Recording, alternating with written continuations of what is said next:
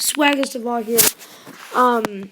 Bringing you a video about screen recorder. I was wondering if you guys know how to set the date to 2012 on the, cause like I got the new update for the iOS, which is I think iOS 7. I don't know, but and if you guys figured out how to set the date to 2012.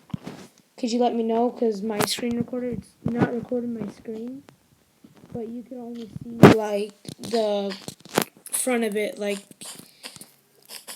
the record, where it says record, and it won't show anything that I make.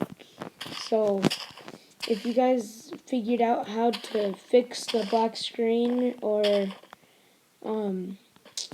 set the date to 2012, could you please let me know? Leave the comments. Well, yeah, just leave comments and tell me if you guys figured out how to fix it. So yeah.